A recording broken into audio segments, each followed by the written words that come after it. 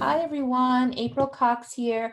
Today's topic is focused around a very simple introduction to Amazon ads.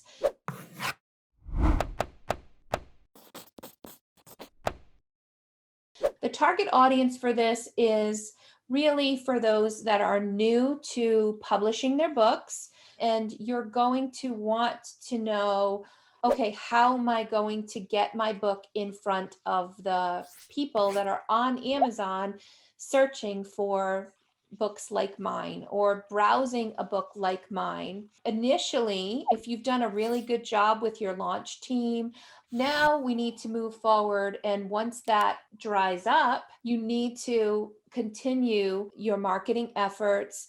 And in some cases, people just don't have a lot of time to be spending with marketing. If you're a full-time, you've got a full-time job, you're working with your book, you're trying to get things done, marketing can be a lot of work.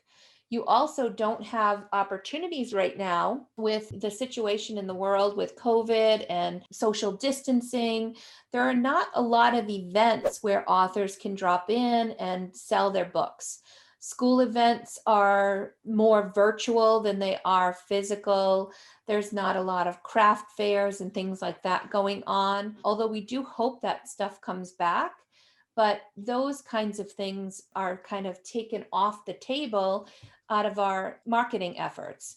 So, one of the opportunities that for people who are looking for other options or looking to supplement what you're already doing with your stellar marketing efforts, your influencer marketing, your email campaigns, is really looking at ads. So, Amazon ads, I want to start first by kind of walking you through some of the things that you need to do. So I do manage Bobby Hinman's ad account. So I figured it would be it's more active really than mine because I kind of turned off a lot of my ads over time and have been rebooting them. So I figured this might be a good opportunity to kind of walk through some new ads for her.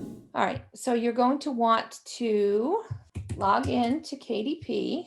So here's the login, kdp.amazon.com. So I've logging in here as Bobby. The bookshelf here is where you'll find a list of all of your books that you've published. And now if you just launch a new tab, you can go to AMS, that's Amazon Marketing Services, .amazon.com. And you end up coming to this page here.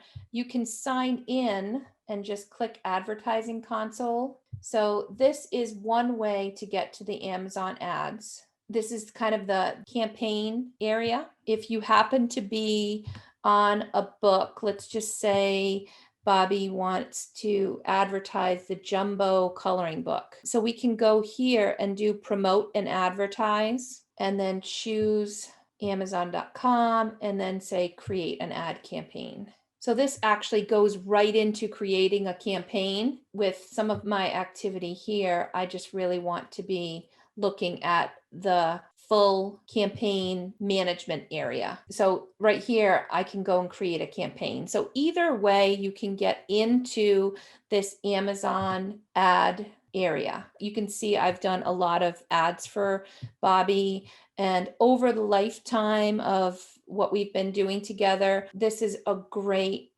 spend a couple thousand, make 7,500.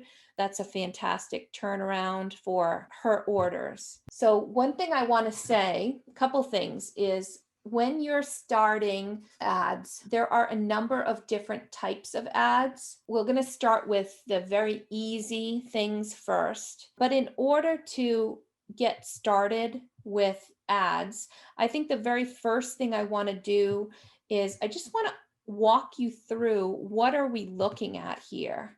This is kind of where all of your campaigns are listed. It's something that you'll use for managing the ads that you create. And I just think it's important for you to be able to understand what it is that you're looking at. And if you happen to be someone who has launched a book and you're starting to poke around, if you want to go ahead and got another screen or something you want to pull things up with, you're certainly welcome to do that. I'll just first talk about the graph here, what you're seeing. This period of time that's displayed on the graph is based on this here. You can do last 30 days. You can pick, right now I just have it as lifetime.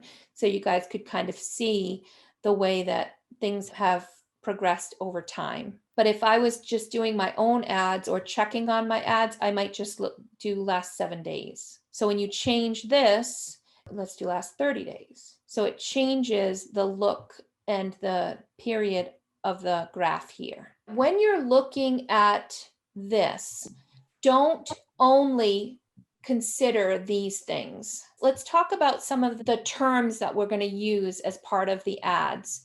So an impression is when somebody is searching or interacting with a book listing on Amazon and your book was shown as an option. So just the fact that it's shown on their screen counts as an impression. If your ad is shown to 1 million people, it's not going to cost you anything. The time that you pay is when somebody actually clicks on your ads.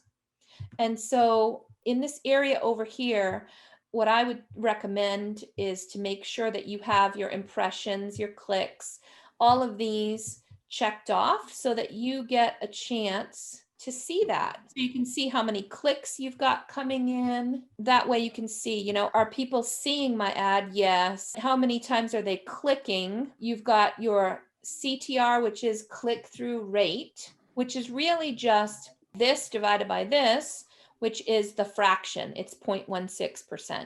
It shows how much you've spent on the ad. So here is the brand ad in this period of time. And then it also shows the cost per click. Now, if you're not sure what these terms are, you can just hover over it and it explains to you what that means. So they try to make it as simple as possible. So 7 orders that have totaled $95 in sales. And this number here, you'll hear people talking about the ACOS. And I'm just highlighting this. It's the percentage of your sales that you spend on advertising. It's calculated by dividing your spend by the sales attributed to your ads. So here, sales, spend. So if you spent $46 to sell 95, it's roughly 48% ACOS or ACOS, you'll hear people say. So there's a lot of different terminology that can get a little confusing. It will make it a lot easier. The more you work with the interface, the easier that it gets. So it says that she spent $2,200 since October. So we're looking at about a year here to make $7,500. Now, sales are the sales on Amazon. And we all know that Amazon takes their piece of money and we get a portion of that. So we get royalties. This dashboard is not showing what Bobby actually received. It's just showing sales versus spend. Okay, so it can be a little misleading. It's a lot better if you can determine what was my profit during this time, right? So sales is one figure. I'm going to choose 30 days because I know I can do 30 days here and 30 days on this dashboard. So here's the bookshelf. That's when you first log into KDP, you're in a bookshelf. Now I'm going to show you where I would go to see sales and kind of compare sales. So I know this is not about ads, but it helps you if you're a new author just publishing to say, okay, where do I check and find out more about my sales? You're going to click on reports, which is right here. And then at the top here, it says, try the new KDP reports beta. Now, you could be smart, and just bookmark this. So this dashboard shows you your orders. Here, I'm going to do last 30 days. So this is a cool view of what you've sold. And it's all color coded and it shows all the different books that are there and how much of the ebooks have been sold, the paperback, and total units. Now, Bobby has a lot of books, so there's a lot of colors on here, but it can show, it shows some of the trends that have moved forward. And it also gives you an opportunity to turn off, if you've had free promotions, you might have hundreds of what they're considering sales, but it's really just free book downloads. So if that's the case, just uncheck free and look at what your paid orders are for that month. Now, I want to just quickly touch on the fact that this is really, it's Kindle, so it's your ebook and it's your paperback. This dashboard and the other dashboard that we looked at with ads, none of that records hardcover sales. So if you happen to have Advantage and you've got hardcovers listed there, or if you have Ingram Spark and your Ingram Spark orders or Ingram Spark hardcover is linked on Amazon, you may have people going in and finding your book, and then they're bringing in to a paperback, but then they see there's a hardcover option and they choose that and they buy the hardcover. Your dashboard would not register a sale because that's off the platform. It's a hardcover, it doesn't count. The other thing I'd like to say too about, besides the fact that, the sales here can be very misleading because, there are other things happening with your books that may be a result of your ads that are not tallied. I'll give you another example. I've been working with another author who has a series of 6 books, and they're like boys comic book kind of like ads, really cool, like Diary of a Wimpy Kid and things like that. So they're middle grade books, but there's a series of 6 of them.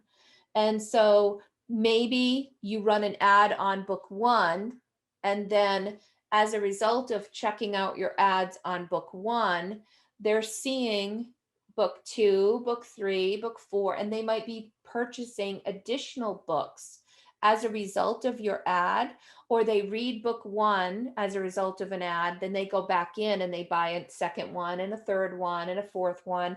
They don't really tally any of that as a result of ads. However, what you can see on your dashboard is the increased volume that you can assume if you're not driving traffic into here. For example, there's a spike of sales, for example, on October 8th.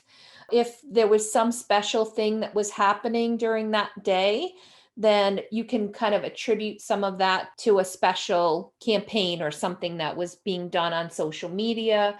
But there are also things that you'll see spikes and not even realize, like, how did this book sell? Maybe if you're not even sending ads to things, how did that book end up selling all these extra copies? And those typically I attribute to ads, because it's ads, it's keywords, it's what you're doing to allow Amazon to index more and learn more about your book. And so it gets indexed better. The keyword terms that are associated with your book get updated.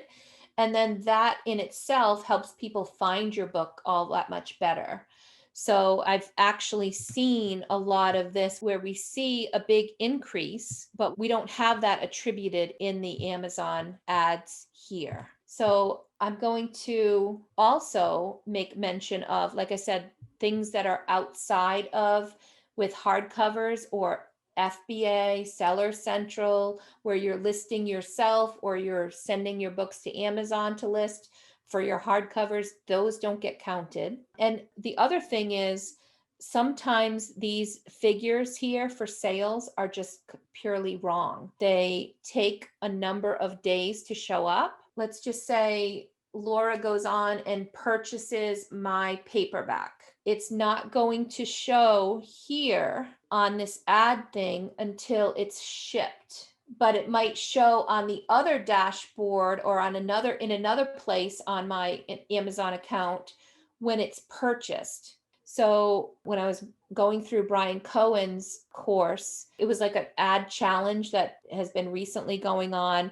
He mentions to take a look at how your ranking changes. If it's going up, your ranking's getting better, but you're not seeing sales, it's probably because people are buying things, but they're not shipped yet.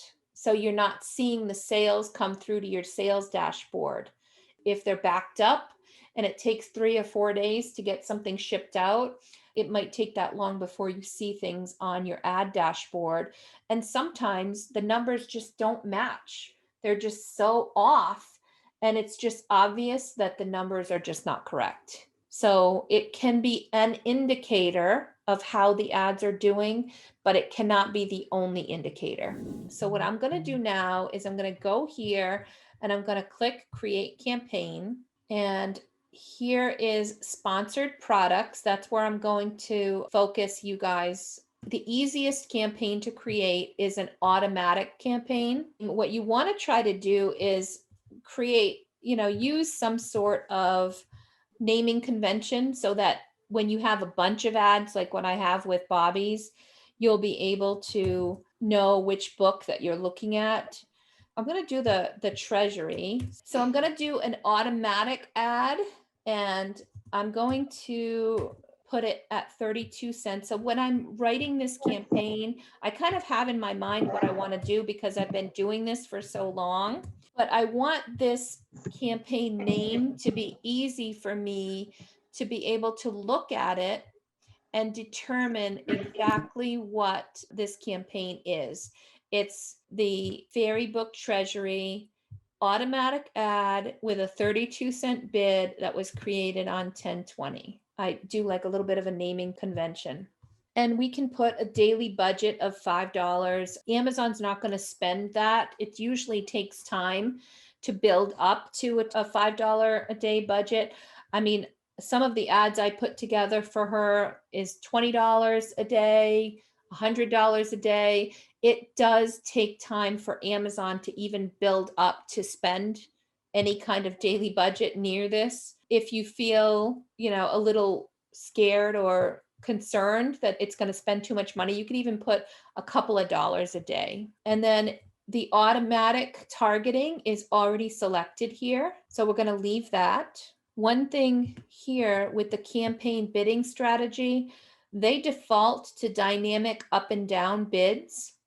And what that means is that Amazon will raise your bid by up to 100% more than what you bid if they think that it's more likely to get a sale, or they'll lower it by 100% if they think it's less likely to get a sale. The way I look at it is I don't want Amazon messing with my ads. I don't want them messing with my bids. So I do either down only or just fixed bids. I just prefer to decide what my bid amount is going to be instead of seeing it bleed a lot of extra money. So now what I'll do is I'll go into the best fairy books. So I put the 32 cents here, and somebody might say, April, how did you come up with that 32-cent bid?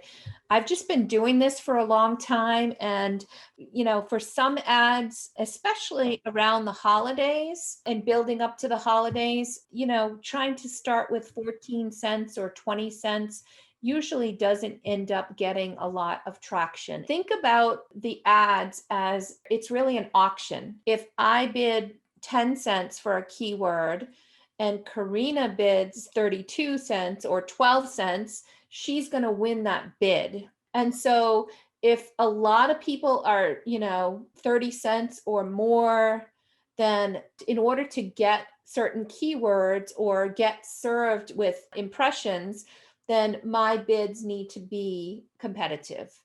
And so you can start with less than this, but for me, I've seen 32 as like a kind of a good mid-range. In some cases, I can back off on the amount and go down over time and readjust it. Other times I will see it not have any impressions and I'll go back in and move it up maybe to 52 cents just to see if I can get something happening with the ad. There's negative keyword targeting. There's negative product targeting. Anything that says negative, it means if somebody types this, don't show my book. You can put them in here. Based on my experience, a certain search term or a list of search terms just doesn't do well for my book, then I might have a negative keyword list. Until you move forward and you do some testing, you probably aren't going to have any negative keywords until you've monitored your ads for a while and you see, oh, every time somebody searches for this, I'm spending a lot of money, but it's not resulting in any orders. So I'm going to make it a negative term because I don't want them to serve up my book if somebody searches for that specific phrase. It's not good for me. So right now, we're not going to worry about anything negative. I'm just going to click launch campaign. And so now she has an automatic ad. It says, congratulations, you've successfully created it. It's got the daily budget. It's got the fixed bids. Now, if I want to go back to campaign manager, I can create another campaign. And now I'll show you a slightly different path. So this is manual. I'm going to do 32 cents. So instead of an automatic ad now, I'm going to do a manual ad, and I'm going to do, we'll just do product. So as I'm walking through this, it's slightly different, but I'll put the same, $5 budget. And instead of automatic now, I'm going to go and choose manual. And again, I do not want Amazon playing with my bids, so I'm going to leave that at fixed. And I'm going to Best Fairy Books Treasury, just move that over. So I'm going to do this on the same book, and I can choose with manual ads, you can choose keywords or you can choose to target products. I'll walk through kind of the benefits of each. Now, if I have a list of keywords, for example, I have done, lots of keyword analysis and pulled together some keyword phrases and things that are specific to Bobby's book.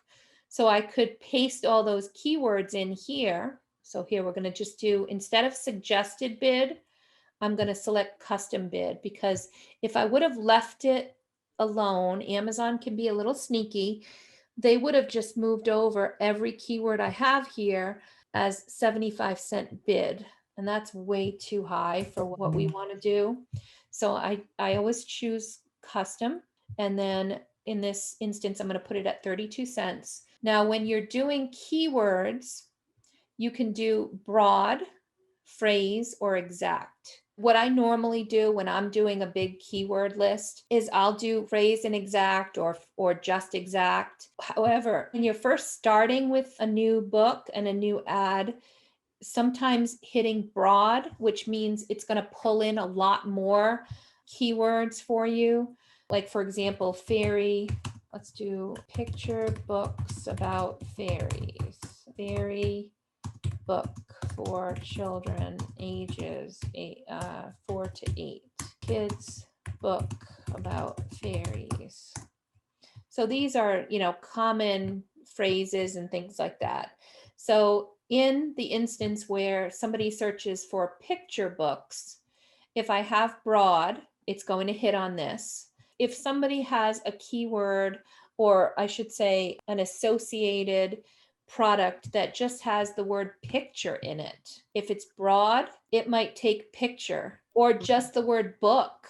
It might serve my ad up for somebody where it says the word books is in there. And then with this here, picture books, if we had the phrase, so the whole keyword phrase here is picture books about fairies. So exact would mean that it would only show if I type exactly this, picture books about fairies.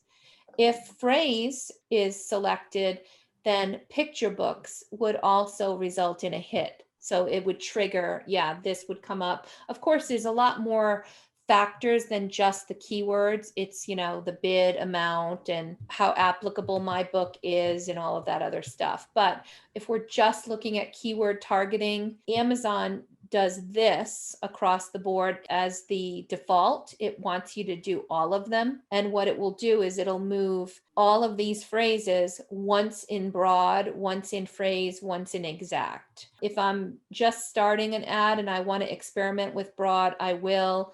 But more often than not, it's phrase and exact that I'll pull together and use, especially if I want to do something with specific keywords that I've already analyzed. So here I just clicked to add the keywords, and now we've got keywords added. You still, like the other automatic ads, you have the opportunity to enter negative keywords, and then you can launch your campaign. So instead of keyword targeting, if we were to go to product targeting, again, we would do the 32 cents like I've identified above. Now you can search for a category, or you can go through individual products. So for example, if I wanted to target fairy book, let's just do fairy book. If there are a bunch of other fairy books that are popular, I would normally come into this with a list of competitors that I wanted to target, and I'd go in with the ASINs and just pull it up. I would probably enter a list of the ASINs. But you can also come here and search for, let me see, Fancy Nancy Treasury. I think that's one of them. Treasury. So Mother Goose Treasury, Treasury of Greek Mythology. So these are, things that are similar to this fairy book treasury. And so here's a fairy tale collection, Treasury of Christmas Stories. So you can click to target. You can also look at what Amazon suggests. So it suggests that maybe you want to target these.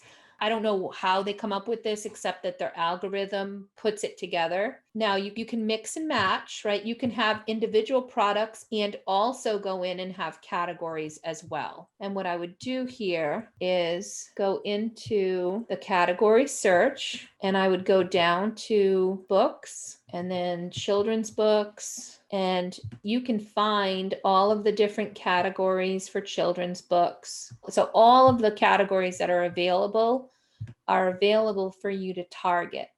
Now, obviously, if you're going to target children's humor, not such a good idea because it's so competitive. But if maybe if you go deeper into some of the more niche categories, then it won't be quite so competitive. So this is something you can play with and test out for your own. So here's children's holiday books, Christmas books. A lot of people are targeting things like this, things like racism and emotions. And during back to school season, it was, school topics and things like that were very, very competitive, which means it's going to cost you a lot more.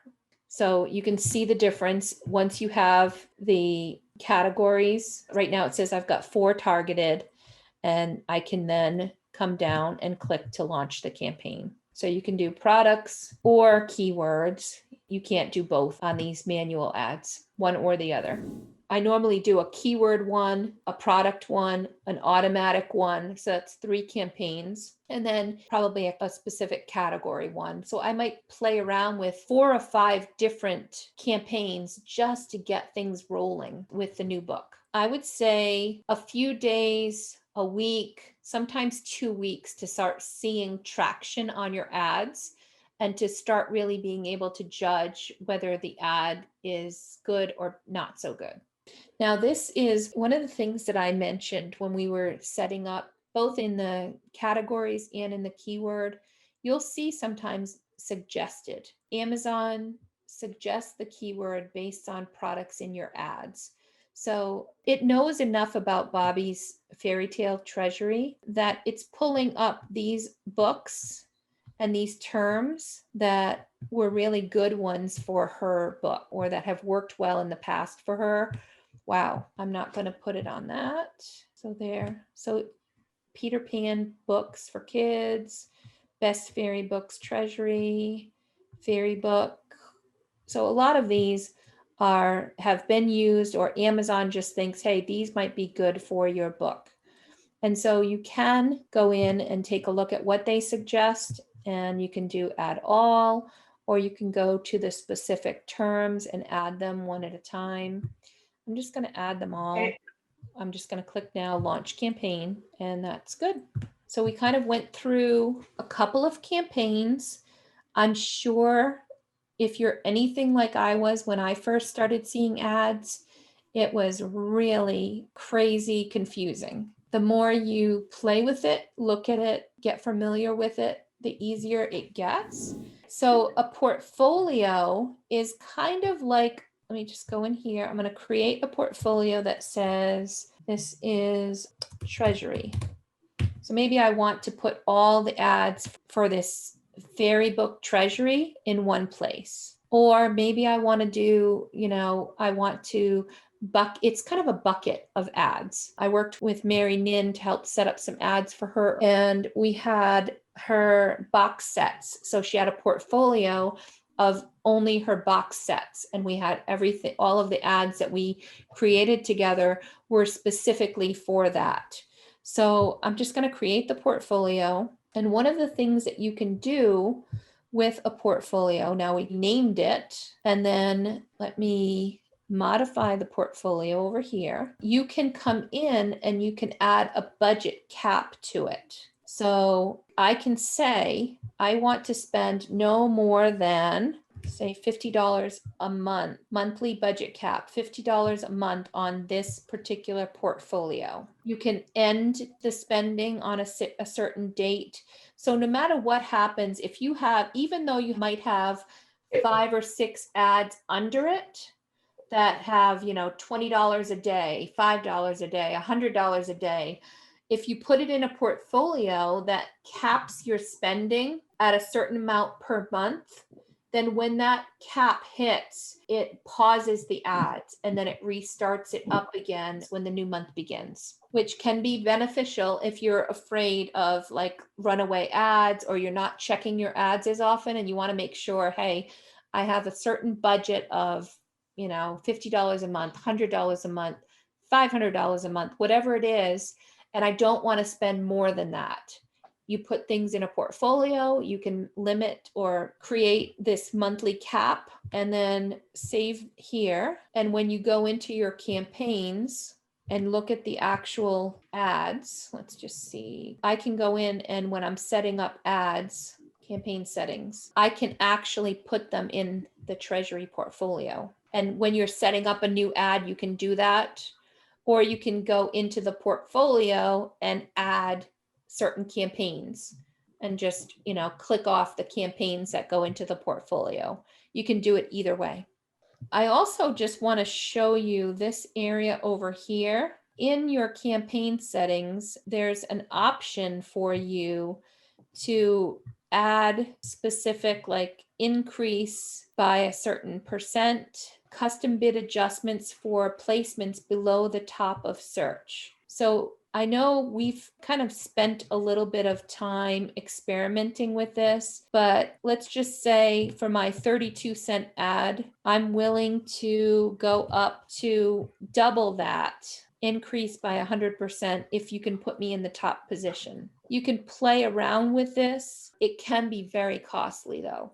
I can tell you that much. It can be very expensive because if they put you at the top and people are clicking on and not buying, you're going to get a lot more clicks, and it's going to be, that amount is going to continue to eat away at your ad budget. So I would normally do this like for maybe best-selling keywords. Like if I let these few ads run and I go back in and I see, oh, these are like a handful of keywords, phrases that are doing really, really well, I might put them in their own ad separate.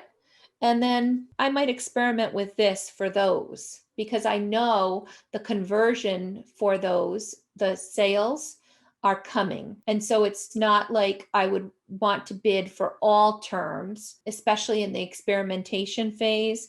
I wouldn't want to go crazy with this early on. I would do this more as we were refining things later. All right, take care. Bye-bye. Good night.